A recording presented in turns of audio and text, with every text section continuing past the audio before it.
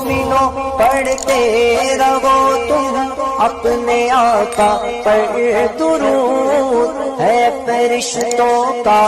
وظیفہ الصلاۃ والسلام۔ اور شب معراج کی رات میں چند باتیں اور بھی میں سمیٹ دیتا ہوں، وہ یہ ہے کہ ہمارے اور آپ کے حضور کو معراج شریف کا شرف حاصل ہوا، یہ کسی نبی کے حصے میں نہیں آیا، یہ ہمارے آپ کے آقا دونوں عالم کے داتا کے حصے میں آیا، اور یہ ایسی چیز اور ایسی نعمت سرکار کے حصے میں آئی کہ اس رات میں چند وظیفے اگر کوئی اللہ کا بندہ کر لیتا ہے، جیسے کہ کسی کے گھر میں پریشانی بہت زیادہ رہتی ہے، کام کی باتیں دھیان سے سنیے، ادھر جو باتیں وہ بھی کام کی تھیں، لیکن اب یہ کام کی باتیں آپ کے سال بھر تک کام آنے والی ہیں۔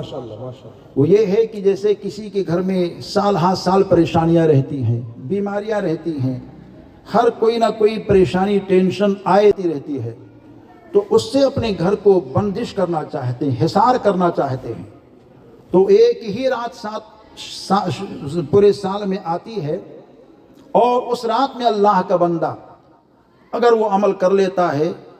تو اس عمل کی برکت سے اللہ اس کو اور اس کے گھر کو پورے سال تک حصار میں کر دیتا ہے۔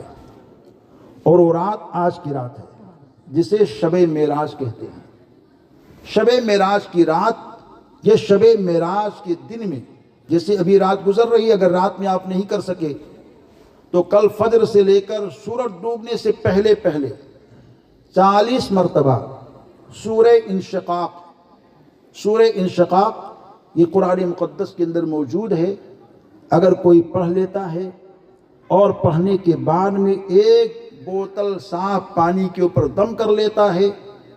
اور وہ پانی خود بھی پیتا ہے، اپنے گھر والوں کو پلاتا ہے، اور مکان کے دور و دیوار پر چند چھینٹے مار دیتا ہے، تو اس کی برکت سے اللہ عز و جل اس کے گھر کا حصار فرما دیتا ہے۔ جو لوگ یہ پانی پیتے ہیں جادو ٹونا سحر بندش اور تمامی نحوست سے محفوظ رہتے ہیں۔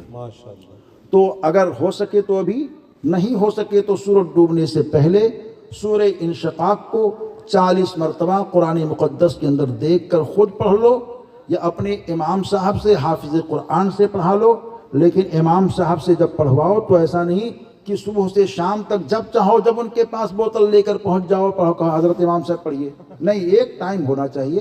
کہ 10 لوگ 20 لوگ 50 لوگ لا کے رکھ دیے تاکہ امام صاحب ایک مرتبہ پڑھیں، سب پر دم کر دیں، لیکن امام صاحب کے پاس جب بوتل رکھیے تو بوتل کے ساتھ جب رکھیے تو خالی ہاتھ بوتل مت رکھیے، بلکہ مصافحہ بھی کر کے آئیے کہ امام صاحب آپ کی خدمت میں میری طرف سے یہ نذرانہ ہے، دل لگا کر سورہ انشقاق پڑھ دیجئے گا، اور یہ نذرانہ بھی قبول فرما لیجئے، اور ہمارے لیے دعائے خیر بھی کر دیجئے۔ انشاءاللہ اس عمل سے اللہ عز و جل